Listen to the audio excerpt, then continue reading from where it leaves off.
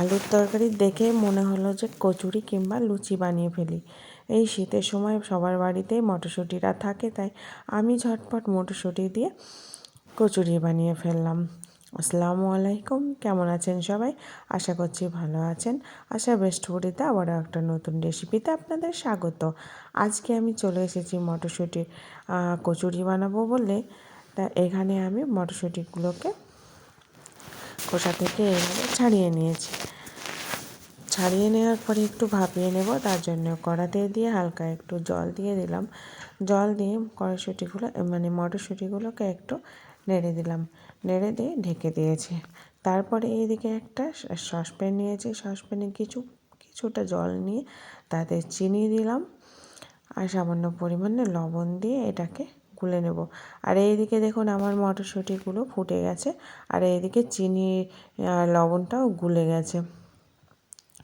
তারপর ওইদিকে মটরশুঁটিটা ঠান্ডা হতে থাক, আর এইদিকে আমি একটা ডো বানিয়ে নেব। তার জন্য এখানে নিয়েছি আমি ময়দার সঙ্গে সুজি নিয়েছি। ময়দার সঙ্গে সুজিটাকে ভালোভাবে এইভাবে মিশিয়ে নিলাম। তারপরে এখানে দিয়ে দিয়েছি সাদা তেল, এক কাপের কমই আমি দিয়েছি। দিয়ে ভালোভাবে ময়দার সঙ্গে তেলটাকে ভালোভাবে সুজির সঙ্গে ভালোভাবে মেখে নেব। এইভাবে মুঠো মুঠো করে ধরা হলে তখন আমি এটা হয়ে গেছে, খাস্তার মতো একটু মুচমুচ করবে এইভাবে। আটাটা ময়দাটা আমার এইভাবে হয়ে গেছে।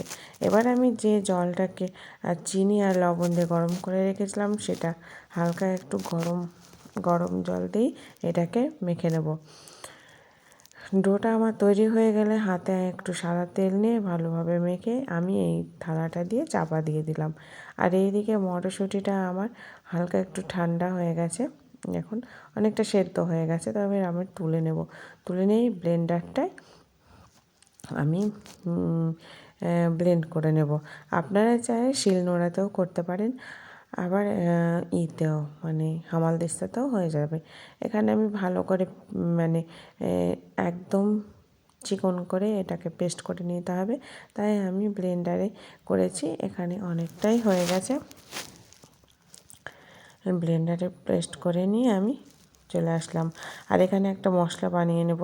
মশলায় থাকবে কাঁচা লঙ্কা, পেঁয়াজ আর আদা।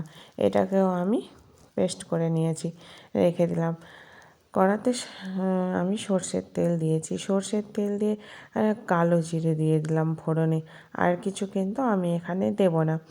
তারপরে দিয়ে দিয়েছি সেই বাটা মশলাটা, আদা, পেঁয়াজ আর কাঁচা লঙ্কার যে বাটা মশলাটা, সেটা দিয়ে দিলাম। এবার স্বাদ মতো লবণ, হলুদ গুঁড়ো। সবাই কিন্তু হলুদ গুঁড়োটা দেয় না, আমি একটু রঙের জন্য দিচ্ছি। তারপর ধনে গুঁড়ো, জিরে গুঁড়ো সব কিছুই দিয়ে দিয়েছি। তারপরে কড়াইশুঁটির পেস্টটা এখানে আমি দিয়ে দিলাম, দিয়ে ভালোভাবে নেড়ে নিতে হবে। একদম শুকনো শুকনো, আমার এইদিকে একটু শুকনো শুকনো হয়ে এসেছে। আর একটু আমি তলায় যেহেতু লেগে যাচ্ছে, এইদিকে আমার হয়ে গেছে। আমি গ্যাসটা বন্ধ করে দিয়ে এবার ভালোভাবে নেড়ে শুকনো শুকনো হয়ে গেছে দেখে এবার থালাতে তুলে নিলাম। থালাতে তুলে নিয়ে এটা ঠান্ডা হওয়ার জন্য আমি রেখে দেবো। ঠান্ডা হওয়ার জন্য রেখে দেবো। আর একটা আলুর তরকারি বানাবো, তার জন্য আমি আলুটাকে এইভাবে কেটে নিয়েছি। ওখানে সর্ষের তেল দিয়ে দিলাম। সর্ষের তেল দিয়ে একটু হলুদ দিয়ে দিলাম। হলুদ দিলে আলু থেকে তেলটা ছিটকে যাবে না। এবার আমি সমস্ত আলুগুলো এইভাবে কেটেছি। নতুন আলু তো একটু পরে এটা একটু শক্ত শক্ত হয়ে যায়, তার জন্য এইভাবেই কেটেছি। তো এইদিকে আলু ভাজতে থাকে, এদিকে আমি একটা মশলা করে নিলাম। তো এদিকে আমার লাল লাল করে আলু ভাজা হয়ে গেছে, এবার আমি তুলে নিয়েছি। এদিকে মশলাটা করে নিয়েছি। মশলাটা দিয়েছি পেঁয়াজ, আদা, আর কিছু দিইনি। এবার এখানে পেঁয়াজটা একটু ভাজা ভাজা হলেই দিয়ে দেবো পেঁয়াজ বাটা আর আদা বাটাটা।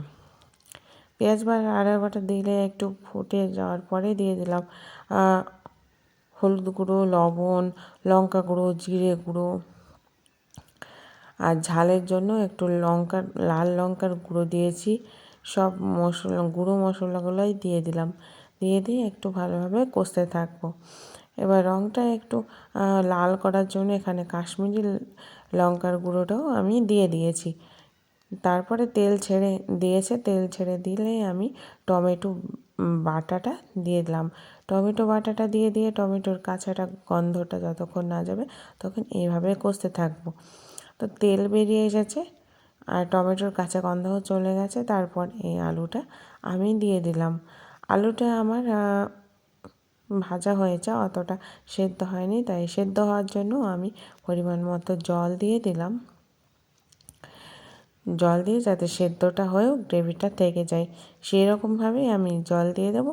এবার জল দিয়ে আমি এদিকে ঢাকা দিয়ে দিলাম। তারপর চলে আসলাম আটার দিকে। আটাতে দেখুন আমার কতটা সফট হয়ে গেছে, হাত দিয়ে চেপে দেখেছি আটাটা দারুণ লাগছে, মানে ময়দা মাখাটা। এবার আমি লিচিটা কেটে নেব। এবার অনেকগুলো মানে যতটা হয়েছে ততটা আমি সমানভাবে সব লিচিগুলো কেটে নিয়েছি। এবার আমি লিচিটায় পুর ভরে দেব। এবার পুরটা সমান করে দিলে, মানে একটু বেশি দিলে পুরিটা খেতে ভালো লাগবে, কচুরিটা খেতে ভালো লাগবে। তো এইভাবে আমি মুখটাকে এবার সিল করে দেব। মুখটা এইভাবে সিল হয়ে গেল। এইভাবেই আমি সমস্ত লিচিগুলো এইভাবেই করে নেব। এই তো আরও একটা এখানে আমি করে নিলাম।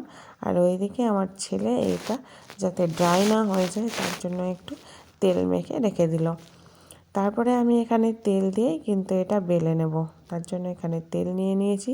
এবার আস্তে, অত চাপ দেওয়া যাবে না, হালকা হাতেই আমি এই পুরিগুলো একটু কচুরিগুলো বেলে নিলাম। এখানে একটা বেলা হয়ে গেছে, এখানে আর একটা বেলা হয়ে গেল, রেখে দিলাম। এই তো দুটো হয়ে গেছে। এইভাবেই আমি সমস্ত কচুরিগুলো বেলে নেব। তো বেলে নিলাম। এবার সরাসরি চলে যাব আলুর দিকে। আলুটাও আমার ফুটে গেছে, আবার সেদ্ধও হয়ে গেছে। এবার দিয়ে দেব স্বাদ মতো চিনি।